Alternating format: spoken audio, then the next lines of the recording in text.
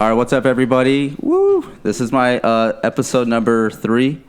This time, I actually have another special guest. I have my father, Manuel, the junior, right? You're a junior, Manuel Jr. on the podcast. Woo! Erica, I need some support. Clap back there. Woo! What's up, boy? Thank you for coming here today. You're welcome. Yeah. Well, guys, what I wanted to do is bring my dad on the podcast. I believe that he has a lot of important information that I feel like can help other people. Primarily, what we're going to do is talk a little bit about who he is, where he came from, and then what got him to the point where he's at today as far as being a successful business owner. You have been in business now for how long? 24 years, I believe. Ooh, 24 years. That's awesome. Congratulations on that. And because, hey, at the end of the day, it's one thing to start a business. It's another thing to sustain a business and keep it up. So that's a huge accomplishment on that end. What I wanted to do is, like I said, just talk a little bit about, your upbringing, because at the end of the day, it's kind of what starts all of it. So let's start off by first. Where were you born? In Laredo, Texas. Okay. But I never lived there. I grew up here. I believe my mom had me while she was back home visiting, and then they came back. I think we were already living here when I was born. Okay. But I grew up here in Dallas. And you have 3 older sisters and 1 younger brother. You being the 4th. Yep. 4th, so the 2nd youngest. And let me ask. How was that growing up with 3 older sisters? They bully you at all? Well, no, but I got all the spankings because of them. Okay, so what? You'd be the one getting caught on the bad end of the stick. If they got in trouble, I got the beating for it. Well, that's funny. Well, I know. Honestly, growing up, I was older. From my other sister or from my sisters, and I always wanted a boy to basically have a sibling, but I had my sisters, so I always caught myself honestly playing rough, being more masculine than obviously females. But luckily you had a younger brother that was able to rough you up, play around with you and stuff like that. We actually used to play a lot of one-on-one football. Yeah, just straight. Well, I used to be the kicker, the quarterback, and our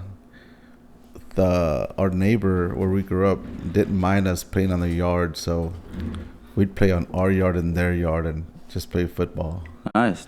Yeah, we were kids, and it was a lot of fun. I know now Uncle Michael is your bigger little brother. Has he always been your bigger little brother? Pretty much. Yeah? Yeah. So is he always, I'm assuming, kind of roughing you up and just... We were never really like that with each other. There was always a respect for each other. Growing up, that was just what it was about. It was not a lot of playing around, but me and him had a lot of fun growing up together, obviously. But it was 3 years apart, and 3 years apart when you're a kid, it's a big difference. Yeah, definitely. So growing up, how many years younger is he than you? 3. He's 3 years younger. So y'all didn't really get to go to middle school or high school together, did you? Yeah. When I was a senior, I believe he was a freshman. Okay. Were you playing any sports or anything in high school? No, not really. He did. He played football. I played some soccer, but that was it. Okay. I started working at a really young age too. Okay, that was actually about to be my next question.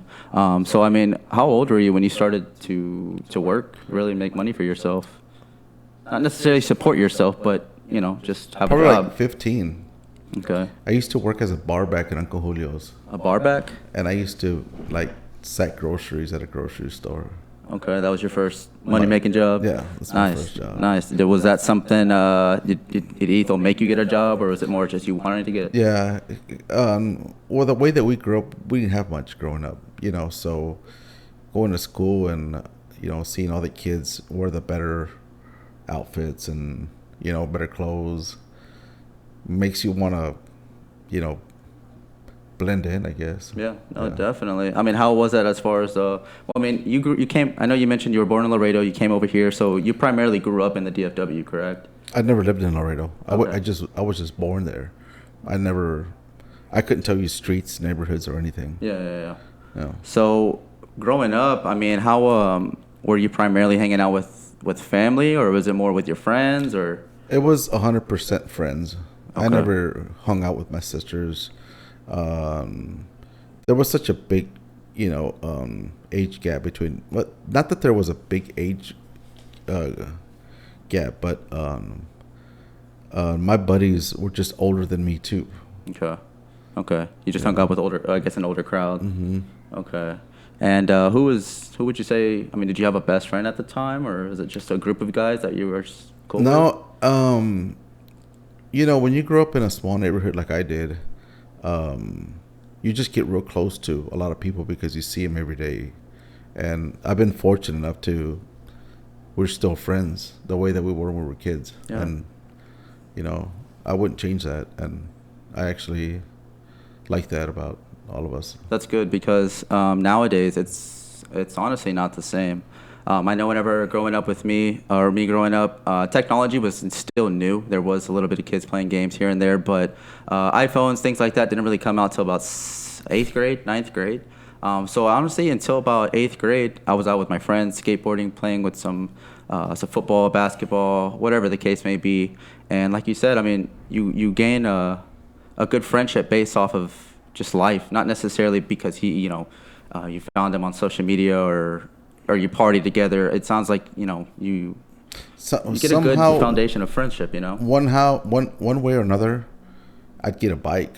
Mm-hmm. Whether my dad would buy me one at a garage sale or we'd buy one from our friend. But in the summer, 8 o'clock in the morning, we'd actually all meet at the park in Guardwheeler, Luffield, and get free lunches. And I wouldn't go back home till in the evening, but we all we actually hung out. Yeah. You just played in the dark, in the water, whatever. Mm-hmm. I mean, we're just roughing it up. I mean, because that's like I said. I mean, that sounds like that's how you get a good friendship. I mean, because like I said, nowadays people talk all over social media. As long as they're texting or talking on I don't know, Xbox Live, they think they're hanging out, but it's just a whole different quality of growing up back then versus now because you had that time with each other. Well, even now, like the buddies that are friends, we'll text each other, but we'll call each other more than we do text because the communication's there, and you get to feel the conversation when you know somebody tends to be longer than when you just forcing it, like forcing it. Yeah, and when you don't know somebody real good, you just text, hey, yes, no. But when it's a friend, there's always a conversation behind it. So we tend to always have conversations and not text so much. That's good. And if it's a long text, I just won't even read it. I'll just call them. I don't have time for that. No, it's cool though. I mean, because even now, like you said, till this day, I mean, I see some of your friends that you grew up with still in contact and communication. Yet alone, I'm even friends with some of their kids. So it's cool to just still see that. I guess you can call it chemistry. I mean, you guys have been friends for such a long time, and obviously you guys enjoy each other's presence. The way what we call it is a brotherhood, and that's really the way we all see each other. You get so close that you would literally do anything for these guys because you grew up together, and there's that relationship that you really can't break. Yeah. And it's funny because you're around other people and you're with them, and you know who's closer right away. The way you guys talk, the way you guys hang out, and the way you talk crap to each other. Mm-hmm. And you can't really break that up, or you can't. Like they know it's fully transparent. Yeah. Fully transparent, which is a good thing. So let me ask. I mean, obviously, growing up, you started working young. You got to about senior year. I mean, what kind of happened after high school? Any certain plans that you had, big plans, or was it just more of working and you fell into something? Yeah, my sister's husband used to own a body shop, and I've been a car fanatic since I was a kid. My thing growing up was buying cars. Whether it was an expensive car or a cheap car, I always bought it, did what I could to it, drove it, sold it, bought another one. He had a body shop, but because I was such a car fanatic, I would always just go to even hang out. And one day he hooked me up and just said, "Take it over. I've got a race." He was a professional race car driver, so I took it over, and I did what I could with it for a couple of years. And Did you really know what you were doing with it, or was it kind of just running it? no, I knew what I was doing because I treat each car like it was my own, and I knew what they would expect from me. Okay. And I knew that in order to make money, you had to work, not just say you did something and didn't do it. I wasn't that type of person. Yeah. And I was able to make some good money. And when I made some good money, I wanted to do something with it. So I wanted to be a banker to make more money. Yeah. I wanted to make my money more money. And that's what I did. Okay. Okay. So I went to the car business and then went from car business to banker. At what point did something kind of flip a switch and it's like, yo, it's time to turn on? It's one thing to make some money, but at what point did you get that hunger to you were like, it's a different perspective now? I've always been motivated, but there was a time where they put me in a position where I had to deal with certain people. And it wasn't that I didn't want to deal with it. It was just a different type of, I guess, a market. And I was dealing with a lot of Hispanics that had, construction guys, mainly construction guys in a Hispanic area in Oak Cliff. And these guys were depositing $100,000. And this is at the bank, right? Bank job. Yeah. Okay. They were depositing like crazy. I mean, I worked at a car dealership, and it was like a high-end car dealership at one time, and I got to meet and deal with a lot of real rich people, and it got to a point where it was just real easy to me To communicate. and to sell them. But the appointment was real difficult to get into the door because of my name. Yeah. So when I went to work at the bank, and I just saw the Hispanics bringing in all this money, I got to see both ends of the business. One with the money and another with the sales. Okay. And my manager just didn't like dealing with me because I had more license than her. And I never got a promotion. And so I built up my business from there. Just one day went on my own. Okay. Okay. And at what age was that? Like, what age were you still at that dealership doing what you were doing? Like 23, something like that. 23. Okay. So we skipped a little bit ahead. At what age? Obviously, you had me at a young age. What was it, like 20? 20. 20. Okay. So from 20, you were at that point where you still at the body shop, or were you at the dealership? When your mom was pregnant, we still had the body shop. Okay. Okay. And then when you were born, I was already at the bank. Okay. So by the time you're at the bank, and then, so I mean, at that point, were you? I mean, you were young. Yeah. You were young. I mean, how was that? Was it nerve-wracking? Did you feel like that pushed you a little bit? No. Okay. I was always motivated, but I've never been a person to stress out. So it was always easy for me because. Let me ask you this. Who really motivated you as a younger person? I went to work for a stockbroker, and when I worked for a stockbroker, these guys had income that was incredible, but they act so nonchalant about everything. Yeah. Making $100,000 a month, $60,000 a month, and I'm like, I saw the possibilities of that happening, and these guys were just normal people. Yeah. And I'm like, if these guys could do it, why can't I? No, definitely. It's one thing you gotta see that perspective first to know what's even obtainable.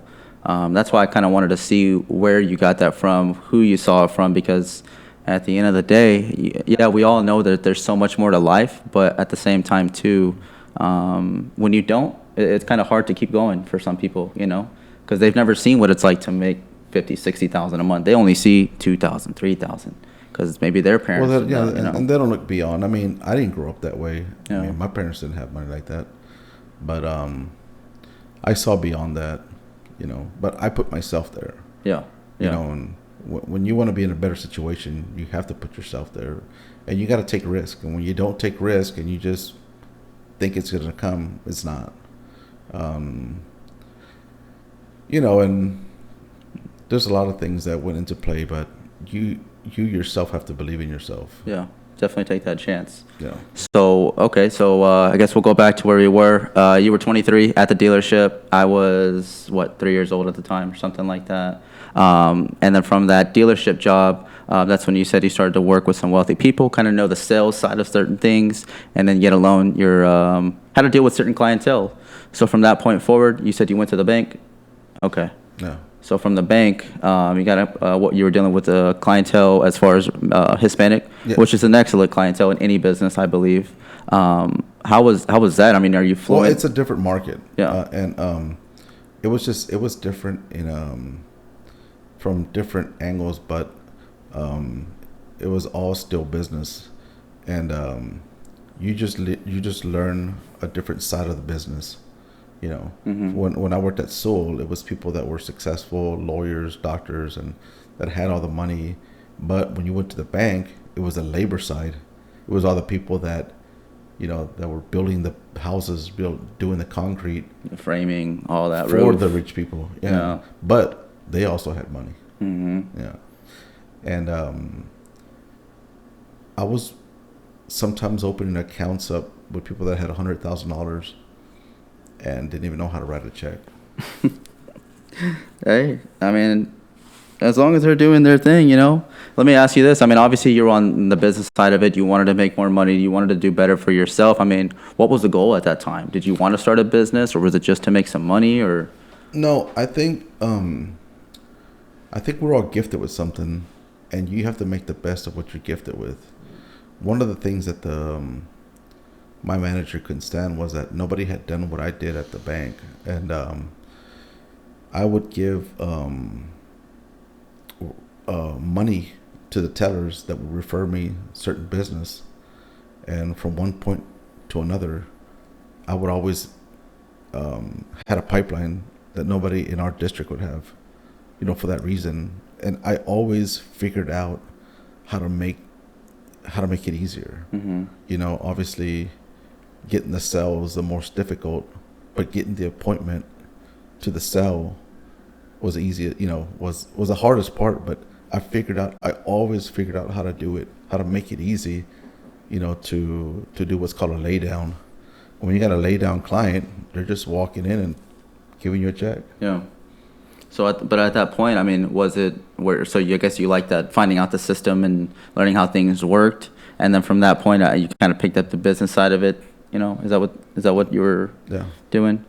So, I mean, was the plan to, like I said, always start a business, or was it just more of just make some money? Well, I don't think you have to start a business to be successful or to have a lot of money. Mm-hmm. I think you just need to have an attitude and know what you're doing. No, most definitely. And I mean, product knowledge is key to anything. What was your plan, though? I don't think there was an actual plan. Mine was just making it. I knew that one day that, I'd get to where I'd be financially independent. Mm-hmm. Mm. So at that point, I guess something kind of clicked, and you're like, hey, I can do my own thing. Yeah, I at the dealership where I worked, I got to meet the probably the most important people that are motivational speakers, and these guys hung out in the dealership. When you meet people like that, they make your life seem so easy. I met Zig Ziglar, Dale Carnegie, Colin Powell, Mary Kay, the guy that owns Neiman's Marcus. The big guys that that were motivational speakers. I mean, we would personally hang out with them, and when you learn so much from them, they make you look at life from a different angle. Yeah. And it makes your life easy. Yeah. Well, I mean, that's hopefully the key is once you figure, I think you could say life is not necessarily a game, but once you kind of figure out how to make life work for you instead of you working to live, things fall into place. So it seems like you had some people that are in the industry that kind of There was one influenced you. There was one thing that stuck to me that a guy told me once, or I went to a class and he says, "There's two ways of working. It's from the neck up with the neck down. You decide what you want to do." And I said, "All right." That is pretty smart. I never heard of that. Yeah. So basically, working out of knowledge or labor. Yeah. Yeah. So I guess at that point you decided you didn't want to do labor. Okay. So I mean, okay. Let's say you got you were at the bank, you made some money, you got some good funds to the side. I mean, at what point did you were like, yo, let's go all in on my own thing? At the bank, I saw the success that people had, in construction, and I grew up doing it with my dad. My dad had me working at 8, 10 years old, mixing concrete, putting down tile. He showed me how to cut tile, how to basically do it the right way. His was really hands-on experience, and at a real young age, I learned all that, and I actually hated it because I was a kid. I didn't want to be doing labor work, but I took a chance on myself. Yeah. I saved some money, and I just took a chance on myself. And there was times where I wanted to give up, and there was times where I had to physically do the work. There was times where I didn't have enough for rent, but I just never gave up on myself. Yeah. No, that's all you got to do. So I mean, how old were you when you started Edwards Construction? I don't know, maybe 24. 24, 25, around there? Yeah. Okay. Was it pretty hard to think of that name? Well, the name was a marketing tool, because when I went to school to be an investment banker, and when I worked for Baylor, you would set up appointments, but realistically, the people that had money were the white people, or that we were catering to. Yeah. So when you call somebody and you say, "Hey, this is Manuel," they were like, "Okay, Manuel, we'll call you back." And I figured if I put Edwards, they don't know if it's a last name. They don't know if I'm working for somebody. They don't know that it's my son. Or Hispanic, white, black, anything. And it worked. Mm-hmm. I noticed that a lot, honestly, in the business that I'm in now. When I introduce myself, "Hey, it's Manuel," but then it's different whenever I'm like, "Hey, it's Daniel," because there's times where I go by Daniel, and Daniel, I get a certain type of just a response, a certain type of response opposed to Manuel, and not that anybody's saying anything or doing it, purposely, but it's just a different type of response you get. Well, the thing is, it's a different sell in front of people than it is over the phone, because they don't personally get to know you. Yeah, that too. That too. That's why, I mean, in our business, we try to build a lot of rapport, asking certain questions, just trying to get who the person is. Because at the end of the day, they're going to do business with anybody, but why not do business with somebody or you're comfortable with, or yet alone you build some good rapport. Well, not everybody feels that way, though. True. There are some people that are just straight to the point. You're going to pay, whatever. And one of the things that I look at, it's a numbers game. So sometimes you have to talk to 10 people to get one. Mm-hmm. And if there's been clients that I've actually overbid because I don't want to do business with them. Mm-hmm. Unfortunately, sometimes they call me back.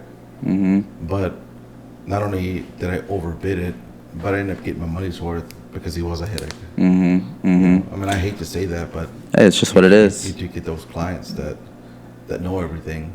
So let me ask you this: on your first year of Edwards Construction, how did that go?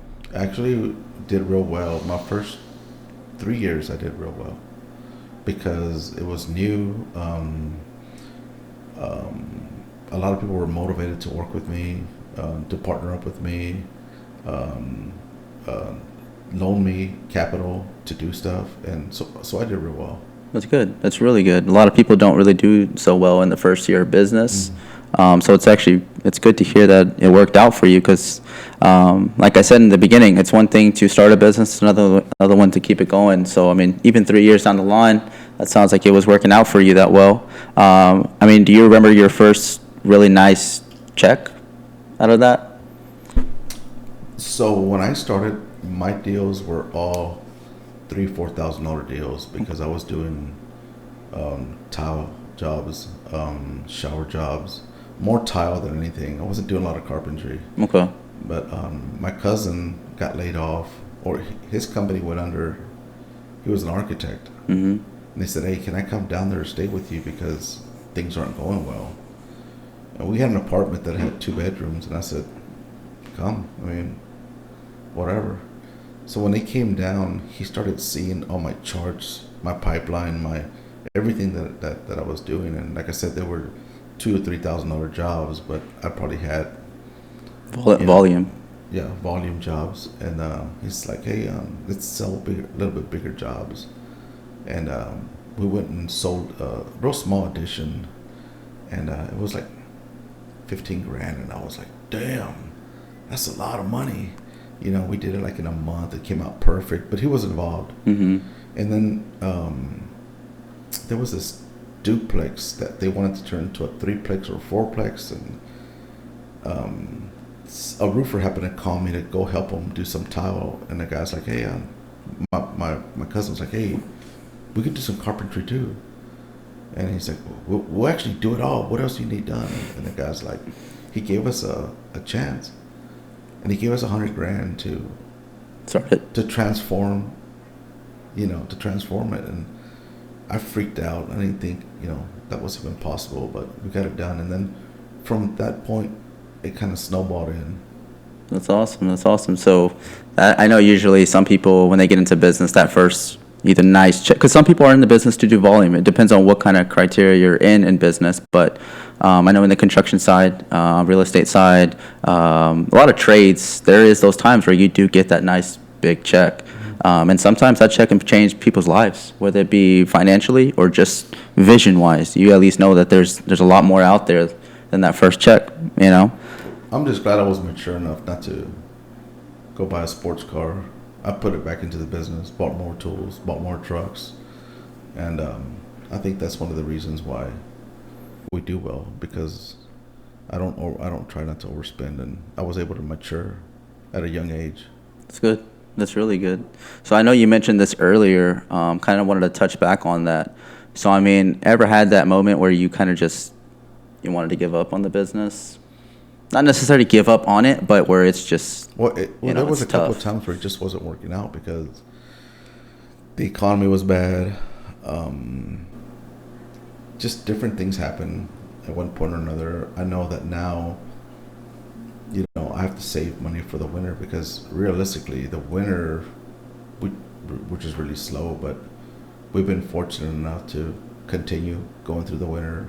Continue going at the worst times where construction's down, and we've been okay. That's good. Before, I'd be at home 2-3 months, or I'd go do work for other people. Mm-hmm. So I mean, how many crews are you really working with now? About 20. 20. Okay. And is that a lot of trial and error in there? No. A lot of loyal guys? Yeah, because we're at a point now where we've handpicked everybody that we work with.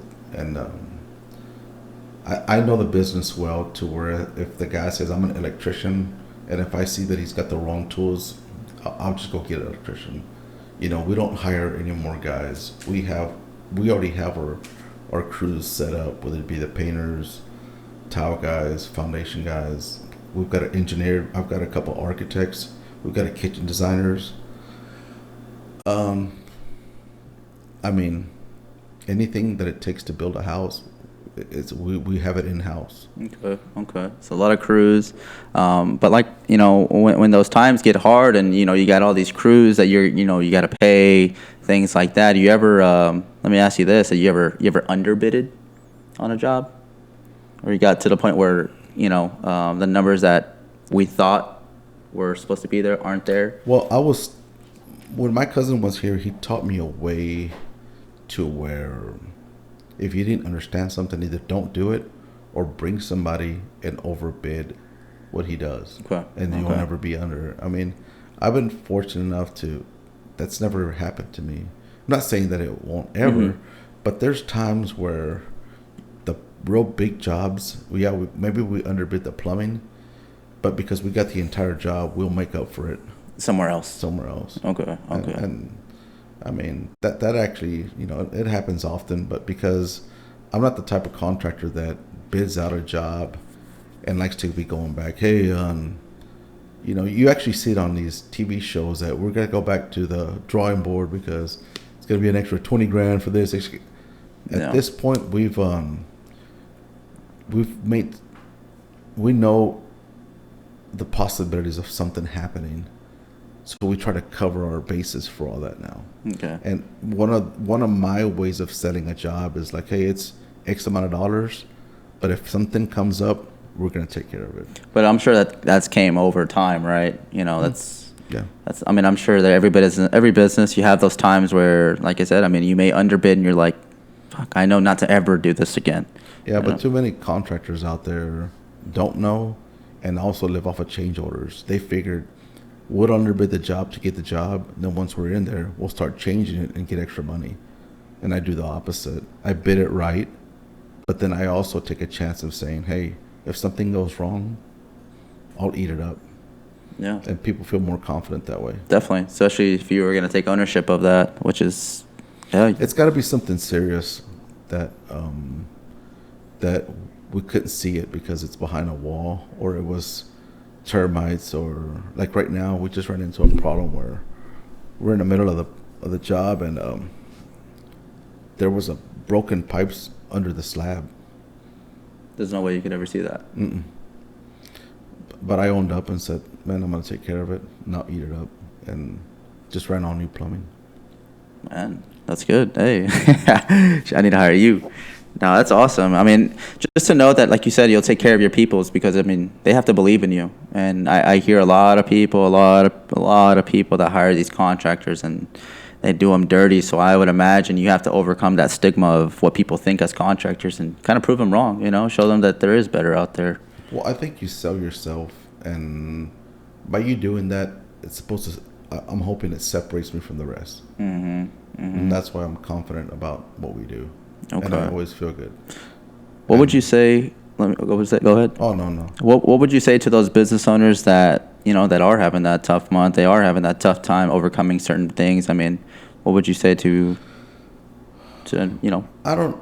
It's difficult to say because I live off of something that I don't like to talk about. I don't like to talk politics and I don't like to talk religion. But I'm the type of person that just doesn't stress out physically. If I do mentally, I think my body does it. But it's not that I don't care, but because I don't screw people around. I really put everything in God's hands and just go from there. Okay.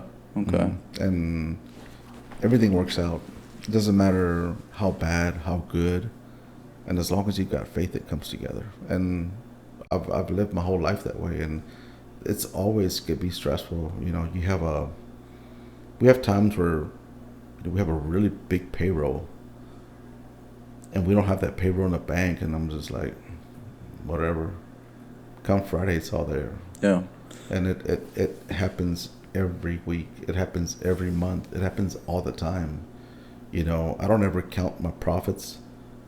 They're just there.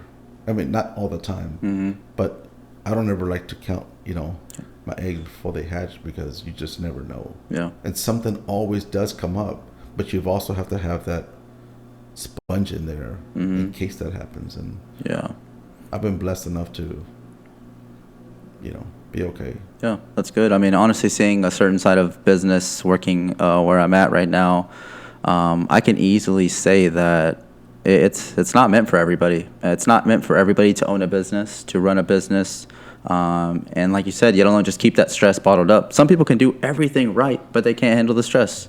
You know what I'm saying? So to be in business this long and keep everything going and at least trying your best to sustain everything together, I would say you're doing pretty well in that. And Well, there's two things I think that work for me.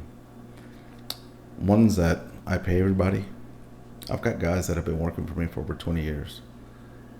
And two is having a good personality. Because you can't be an asshole no, and own a business. no, nobody's gonna want to do business with you. Yeah. We want to work for you. So every job has to benefit everybody. It's got to benefit you, your guys, and the owners. Yep.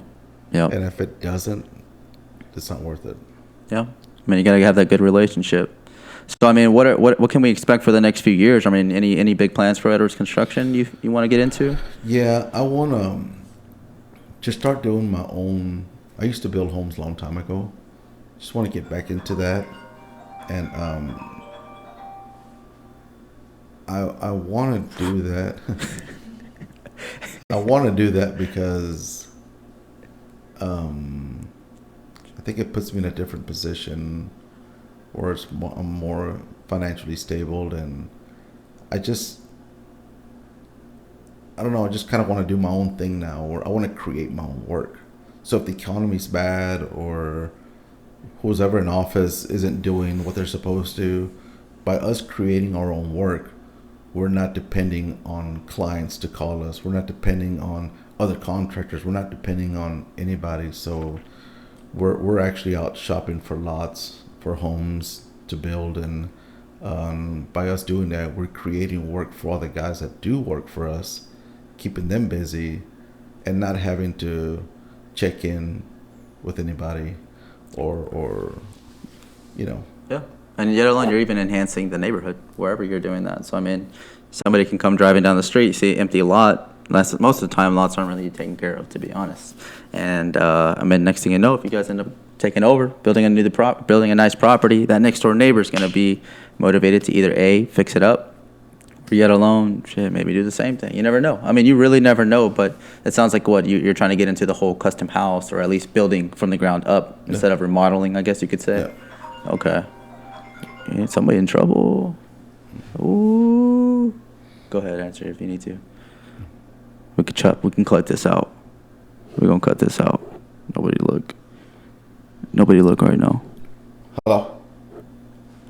Where the I'm fuck are doing you? one of these things with Edward. Where the fuck are you? One of these You need to be home. podcasts with Edward. You need to be home now. I don't know. He's asking me questions. I don't know, some dumb shit. I don't know. We're here at his apartment. Tell her to come through, shoot. Huh?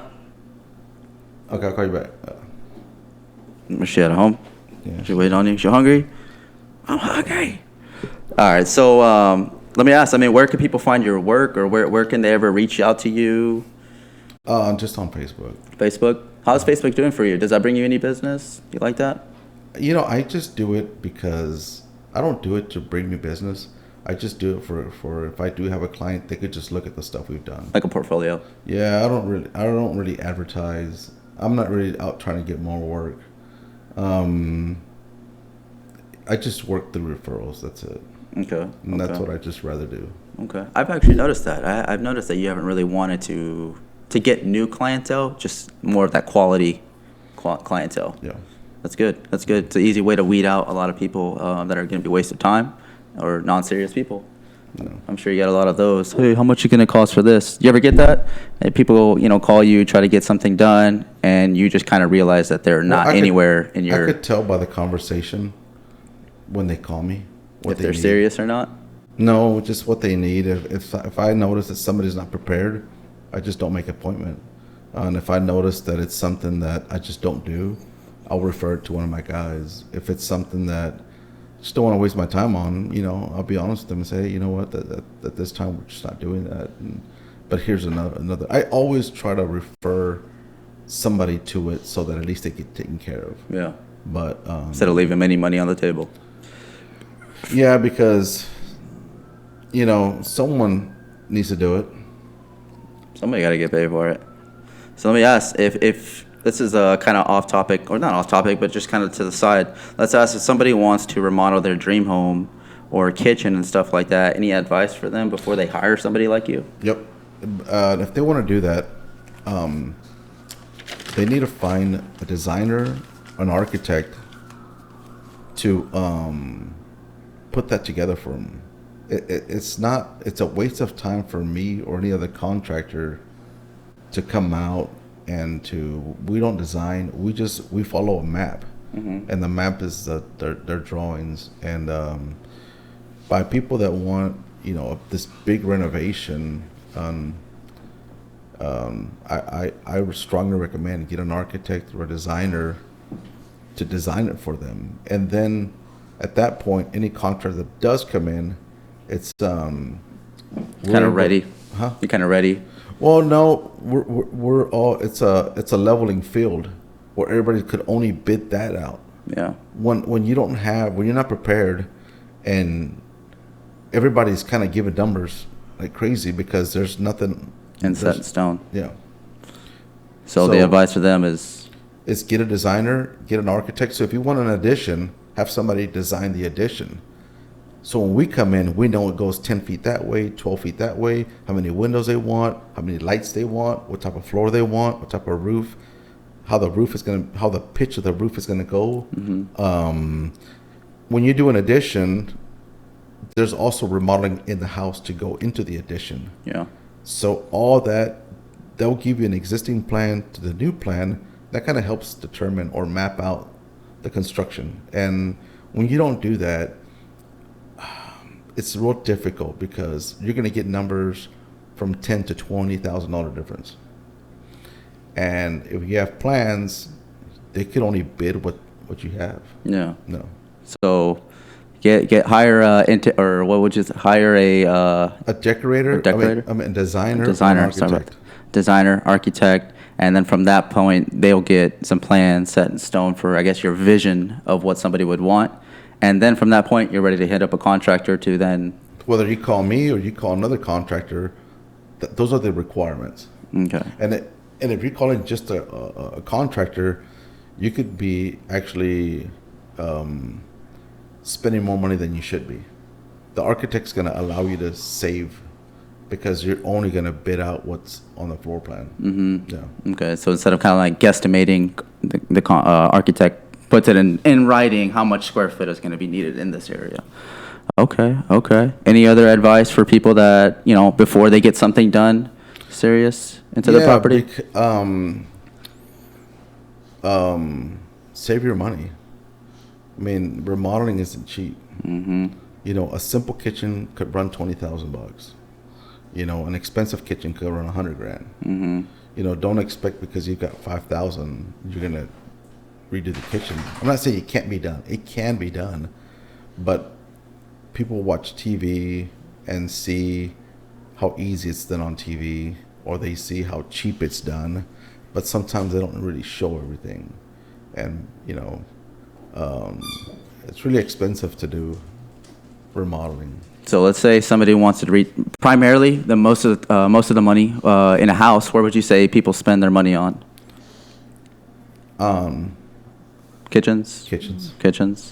Okay. And if somebody wanted to do a nice kitchen, is there around a price point that you think they should have saved, or at least that they could spend on it to where you get your best bang for your buck? $30,000 to $40,000. $30,000-$40,000. So anything kind of less than that, it's your $30,000-$40,000 is a kitchen. That's remodeling. Usually when you do the kitchen, you're doing the formal area, dining room, like the floors and painting and all that. But that doesn't include appliances. You could spend another $20,000-$30,000 just on appliances.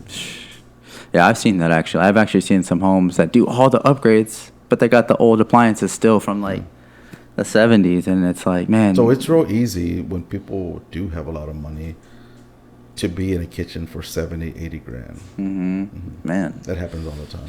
That's crazy. That's a lot of money to honestly be investing into a kitchen too. And sometimes it's not even the appliances; it's the hardware, the light fixtures, everything else. Okay. And then people, they want to take it a step further. They want the surround sound. They want the smart systems where it's electrical and all that. It just costs a lot of money. It does. I know a lot of people that are, I guess, around that 24, 25, 26. People just starting to get married, just starting to have families, or just trying to get their first home bought. They're kind of in a mix of things to where, they really aren't looking into doing the remodel side of the homes. But whenever they do end up looking to do it, it hits them, and they're like, "Damn, I didn't realize how expensive it is." And it's a crazy thing. It seems like it's a lucrative business. It almost seems like, but I don't know. It really depends on your taste, but I mean, there's affordable stuff. I'm not saying that there's not, but people watch too much TV now, and they think everything is affordable, and they think everything is just easy to do, and it's not. It's still physical labor. It's still a lot of work, and things cost a lot. It does. And like you said, I mean, just the small things. I mean, as simple as handles, the drawers, soft clothes. I mean, there's a lot of things that go into remodeling a kitchen people don't think about. But until they're at that time when they have to spend the money to do the soft drawers closing, or I'll give you an example. I had a lady to tell me she wanted to change her fixtures on appliances and wanted to paint the cabinets, and it was $22,000, and it was the same cabinets. Just overpainting them. Well, she spent about $12,000 on the appliances. Wow. And it was about $3,000 on painting them, and it was like another $3,000 for the countertops, something like that. I think is that the one you posted on Instagram? I think where it's like you did backsplash, countertops, painted the cabinets, and I think just changed the floors and the light fixtures. No, we didn't even change the floors. No, okay, then just the light fixtures. I know it was LED because I know you did strips along the bottom of the cabinets, but just because I was telling somebody just that, I was like, yo, all you have to do is paint the cabinets. I was just acting like it's cheap. Oh, that's all you have to do. But all I saw different was the cabinets being painted, countertops, backsplash, LED lights along the kitchen, and it changed the whole face of it. The thing is, though, is that if you spend $30,000-$40,000 in the kitchen, you're going to get it back.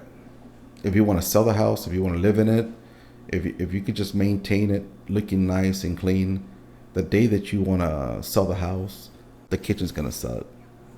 Yeah, I can easily say that. I know that one house you remodeled.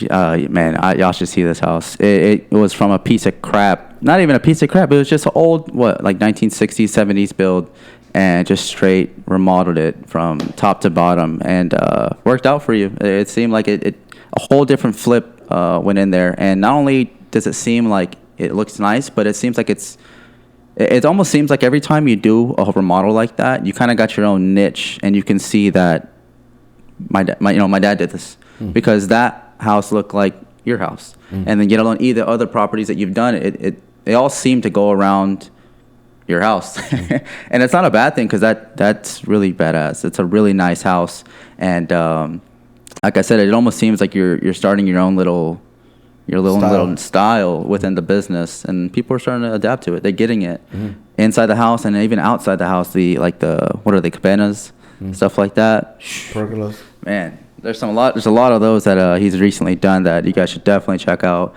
It's under Edwards Construction LLC on Facebook. Yeah, I believe so. Edwards Construction LLC. Any other way they can contact you or anything like that if they ever wanted to? Well, there's Instagram. Instagram. That's just Edwards Construction? Okay. But yeah, guys, anytime y'all are on social media, y'all want to check out any of his rehabs, his flips, or whatever you want to call it, new construction.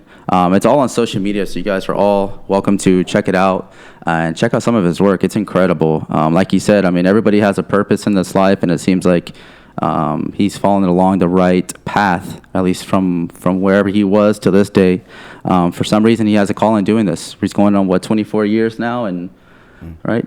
And it's working out for him. So I believe that there's so much more to life and business that you haven't seen yet. I feel like maybe if you keep going, there's going to be a point in time where you're going to get that new remodels to where you're building from the ground up, and you don't really have to spend any more time doing these little things anymore.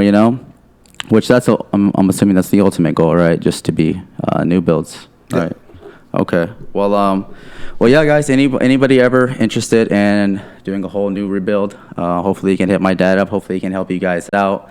So yeah, I want to thank you so much for spending the time coming out with me. Thank you for having me here. Chatting it up about business. Cool. just doing it because I just believe that there's so much value that other people go through that can help somebody else, Yeah. with whatever they're going through. And you know what? If there's somebody out there that's starting this business and has questions or wants to know, or things aren't working out for them, or they bit more than they could chew, I mean, I'm down to help anybody. That's good. I mean, and it's not even about the money; it's about helping somebody. If there's somebody out there that needs stuff done to their house, but can't afford it, I like to help people out like that. Yeah. We used to do ramps for veterans, and it was for the state. And sometimes I get to these veterans' houses and their doors didn't work, or they didn't have an AC, or they didn't have ceiling fans. We were there for a reason, and I don't think it was for the ramp. Sometimes it was to help these people out. Yeah. And that's just what you do. And if you're going to turn away from that and not help somebody, then you shouldn't be doing this. Yeah. You're not doing it for the right reason. Yeah. And I think because of what we've done, we've been blessed with what they're, they've put us in a good position to where we could help more people out. Yeah. Yeah. So if there is somebody out there that not only needs help, but needs help in their business, hit me up. That's awesome. I didn't tell him to say that. He said that on his own. So, hey, take it from him. Take it from him. But that's awesome. I appreciate you, giving your hand out there because that's mainly what this is all for. I want to help people that aren't, that don't want to speak out, ask for help, that don't want to put themselves out there because they're embarrassed or yet alone they feel like they're going to fail in some things. I just truly believe there's a lot of people I have in my life that provide a lot of value, and they can help somebody else. So again, that's the reason why I want to have this little talk show, because I think something in here somebody will appreciate, and yet alone it can help somebody. But yeah, again, I appreciate you coming out here. Real quick, I received something in the mail today. I don't know if you're open to it, but it was a gift for you as far as Father's Day. So if you'd like, would you be open to open it? Sure. All right. Erica, can you help me out? Can you help me? It's down there. It's in a box. A big box. All right, you got to read the envelope first. You got to read the Put me on envelope. the spot here. A little bit. I was going to wait till Father's Day, but I was like, nah, I don't want to wait till Father's Day. And you got to read it out loud. Well, I don't have my glasses, but I'll. Oh, damn. That's fine. Let me see. You need to borrow mine? No. A, B, C, D, E, F. Yeah. Yeah, read it out loud. Thank you for being there for me at all times. Thank you for all the guidance and love you've given me in my life. Even still to this day, I cherish all my memories growing up, you always being there. I just want to say thank you. Is it scribbly? Yeah, it says, I'm lucky to have you as a father. Thank you for all the attention, love, and most importantly, all your time. I love you. Happy Father's Day. Yeah. Happy Father's Day. That's cool. I appreciate you too. Thank you. Yeah, you might have to lift those up. Rip that off. That's a cool box. Thanks. I got it today. You could regift it. You can use it some other time. It's just paper. Right there.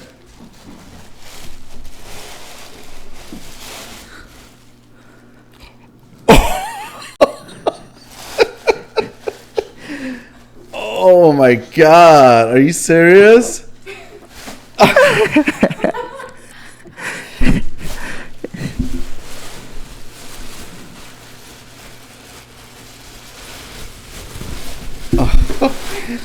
Yeah. That's awesome.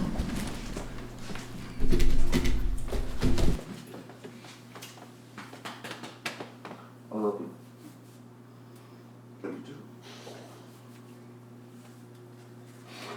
Oh. Stand up.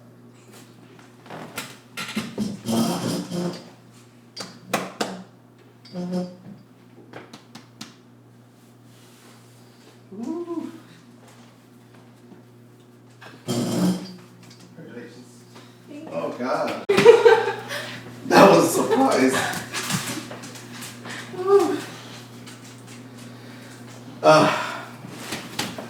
I can't wait to take this home.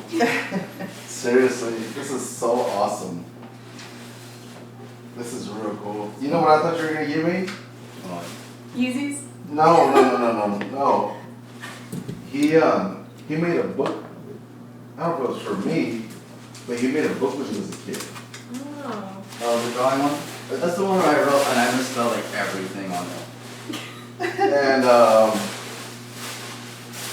And I just thought that that's what it was from him being a kid. And I thought, oh, that's so awesome. But I didn't see the shirt. And he caught it. You almost missed it. Yeah, I almost did. Did it for a sonogram. Oh man, that's so awesome. Who was that talking to? Oh, I was talking to do you know Tony?